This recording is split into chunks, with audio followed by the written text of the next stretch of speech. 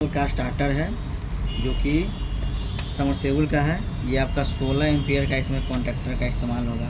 सबसे पहले पार्ट्स के बारे में जानेंगे कि इसमें सबसे मेन इसका एक कॉन्टैक्टर होता है। कॉन्टैक्टर का काम होता है लाइन को आउटपुट कराना, इनपुट जो देते हैं उसको आउटपुट कराना। इसमें आपका एक वोल्ट मीटर इस्तेमाल होगा जो वोल्टेज बताता है कि आपका 300 वोल्ट तक है, क्योंकि ये सिंगल फेज सप्लाई का है।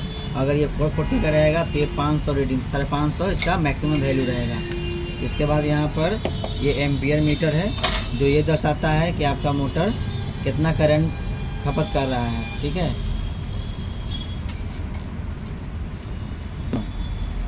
ये भी एम्पियर मीटर है, वोल्ट मीटर है।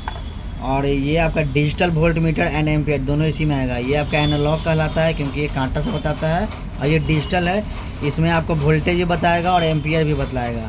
शुरुआत के समय में क्या करेगा, ये वोल्टेज बताता है कितना वोल्टेज आ रहा है।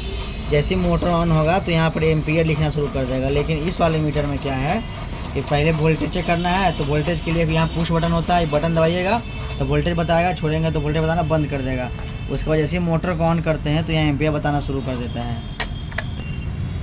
ये एक 5 पिन कनेक्टर है जहाँ पे समरसेबुल का 3 तार जुड़ता है और 2 फेज न्यूट्रल। यहाँ पर जो डायग्राम बनाया है PN और RYB। P का मतलब फेज होता है, N का मतलब न्यूट्रल होता है, यानी यहाँ पे आपको 220 वोल्ट सप्लाई देना है।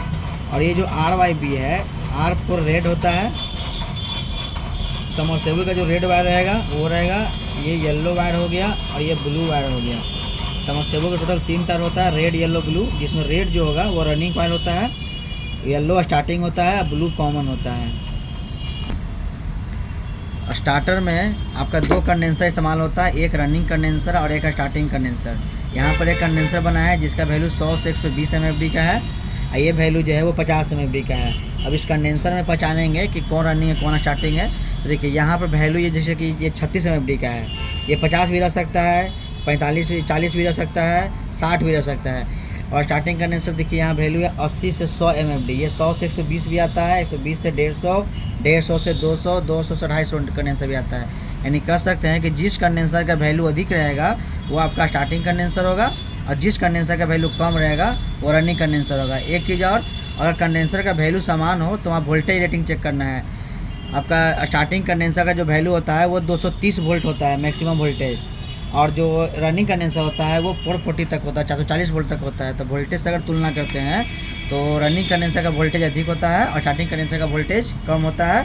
और अगर MFD की बात करें तो रनिंग कंडेंसर का MFD कम होता है और स्टार्टिंग कंडेंसर का MFD ज़्यादा होता है।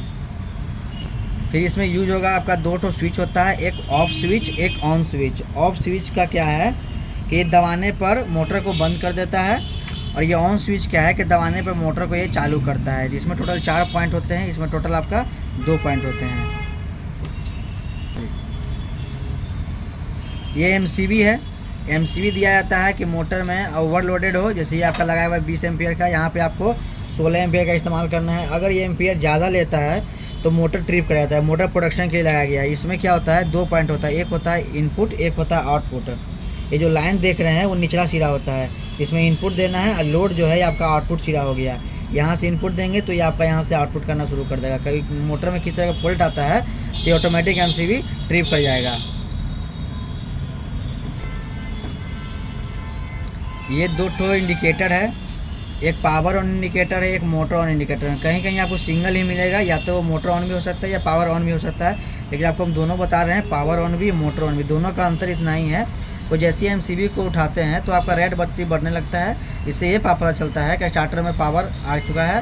और ये जो ब्लू है ये कहीं कहीं ग्रीन भी मिलेगा या येलो भी मिलता है, ये सूचित करता है कि आपका मोटर चालू हो गया है। तो आइए अब इसका कंप्लीट कनेक्शन सीखेंगे।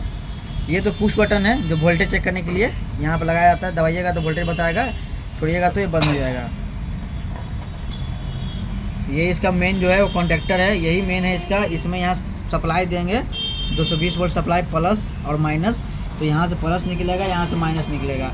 और यहाँ ये तभी आउटपुट करता है जब इसके कॉइल को कुछ 220 वोल्ट सप्लाई मिलेगा तभी देगा। अब इसका हम कंप्लीट कनेक्शन सीखेंगे। सबसे पहले क्या करना है, इसमें आपको प्लस दे दिए और यहाँ से इसको माइनस दे दिए। सबसे पहले जो फेज होता है वो आपका MCB में इनपुट करना है। एमसीबी में प्लस जाएगा, एमसीबी से निकल कर ये एम्पियर मीटर के सीरीज में हो जाएगा। एम्पियर मीटर में यहाँ पर इनपुट दिए हैं तो आउटपुट यहाँ से करेगा, अगर यहाँ इनपुट देंगे तो आउटपुट यहाँ से करेगा, लेकिन एम्पियर मीटर हमेशा सीरीज में ही लगता है, याद रखिएगा।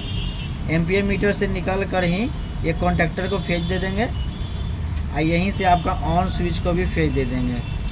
ऑन स्विच को फेज देंगे, यहीं साइड स्विच को शॉर्टिंग कर देंगे क्योंकि दोनों पॉइंट अलग अलग होते हैं, दोनों में सप्लाई पहुंचाना होता है। कॉन्टैक्टर को प्लस मिल गया है, अब कॉन्टैक्टर को माइनस देंगे।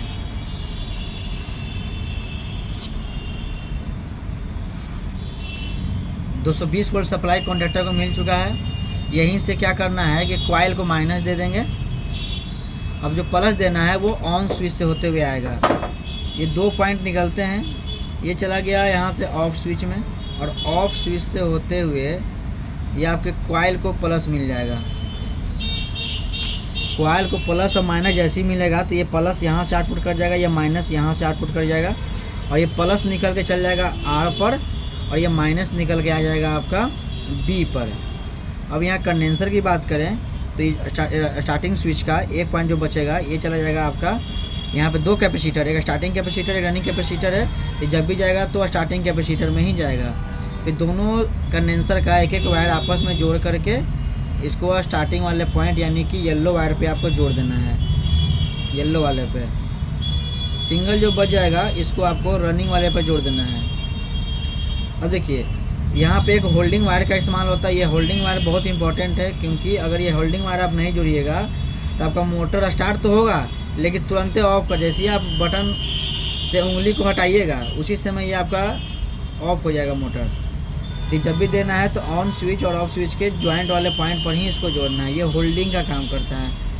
होल्डिंग का मतलब हो गया कि जैसे ही आप हरा बटन को दबाते हैं मोटर चालू हो जाएगा, लेकिन जैसे ही छोड़ेंगे तो ये मोटर को बंद कर देगा। उस केस में आपको करना क्या है, ये वायर को ध्यान देना है, ये वायर कहीं से ब्रेक हो जाएगा तो आपको ये वायर को जोड़ देना है, तो फिर से प्रॉब्लम इसमें दूर हो जाएगा। आपका मोटर इतना पे चलना शुरू हो जाएगा, लेकिन वोल्ट मीटर ज़रूरी है क्योंकि वोल्टेज पता होना ज़रूरी है।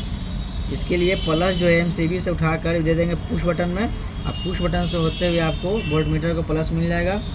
अब यहाँ पर 2 इंडिकेटर है, एक रेड एक ग्रीन, तो दोनों इंडिकेटर को प्लस माइनस चाहिए और वोल्ट मीटर को भी प्लस माइनस चाहिए। प्लस तो इसको मिल गया है, प्लस वोल्ट मिल गया, माइनस वोल्ट कैसे मिलेगा, तो इसके माइनस को, इसके माइनस को और इसके माइनस को तीनों के एक जगह जोड़ लेंगे। और या तो हम माइनस यहाँ से भी जोड़ सकते हैं या माइनस यहाँ से, नज़दीक जो पड़ेगा वहीं से लेना। तो हमको नज़दीक यहीं पड़ रहा है इसलिए हम यहीं से इसको जोड़ लेंगे। इससे क्या हो गया कि माइनस वोल्ट इससे भी मिल गया और माइनस वोल्ट इससे भी मिल गया और माइनस वोल्ट वोल्ट मीटर को भी मिल गया। जैसे ही प्लस माइनस दोनों मिलेगा ये कांटा यहाँ पर इस तरह से भागेगा और यहाँ बता देगा कि यहाँ कितना वोल्टेज आ रहा है, 220 वोल्ट 230 वोल्ट आ रहा है। तो इसी तरह से, और इसमें आपका बच गया इसका फेज, इसका फेज। तो पावर उनका मतलब हो गया कि एमसीबी उठाएंगे और ये बत्ती बढ़ जाएगा, तो इसको जब भी फेज देंगे तो हम एमसीबी के पास से ही देंगे। एमसीबी के पास से इसको प्लस वोल्ट मिल गया। अब ये जो मोटर ऑन इंडिकेटर है ये तभी बढ़ता है जब मोटर ऑन होता है। मोटर तभी ऑन होगा जब यहाँ से ये आउटपुट दे या इसके कॉइल को प्लस वोल्ट मिले तब, यानी आउटपुट यहाँ तभी तक देगा जब तक यहाँ प्लस वोल्ट मिल रहा है। तो नियर में जो रहेगा उसी के पास जोड़ देना है। तो इसको हम या तो यहाँ कॉइल के पास जोड़ देंगे या तो ये आउटपुट में जोड़ देंगे। ये दो में से कोई एक जगह ही आपको जोड़ना है, तो ये मोटर ऑन इंडिकेटर वर्क करेगा सही से। तो इसी प्रकार आपका कनेक्शन कंप्लीट हो गया सिंगल फेज सबमर्सिबल स्टार्टर का।